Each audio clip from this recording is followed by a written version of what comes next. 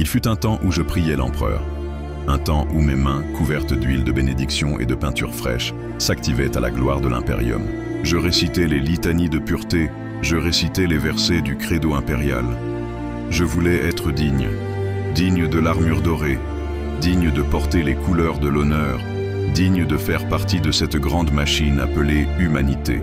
Mais la vérité, c'est que j'ai toujours entendu autre chose. Au fond de moi, il y avait un murmure, une vibration, à peine perceptible, un souffle au creux de l'âme. Rien qu'un doute au départ. Un petit frisson chaque fois que j'entendais les mots « hérésie » et « interdit ». Une fascination morbide pour les livres fermés, pour les mondes condamnés, pour les archives scellées.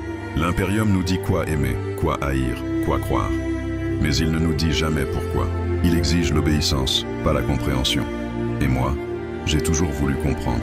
C'est là que la faille s'est ouverte. Je n'ai pas renié l'empereur d'un seul coup. Non, c'est bien plus subtil que ça. J'ai commencé à douter, doucement, à observer ceux que l'on appelait hérétiques, à étudier leur histoire, à lire entre les lignes de la propagande impériale. J'ai vu les contradictions, les mensonges, les silences, et puis j'ai écouté, pas une voix humaine, quelque chose d'autre, quelque chose d'immense.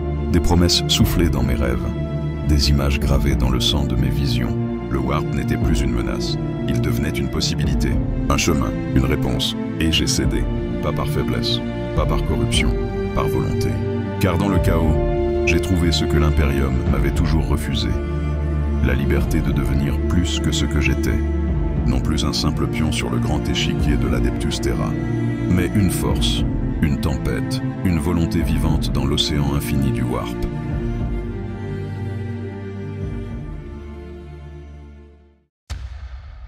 J'ai brûlé mes prières. J'ai arraché l'aquila de mon armure. J'ai plongé mes mains dans les cendres de mes serments.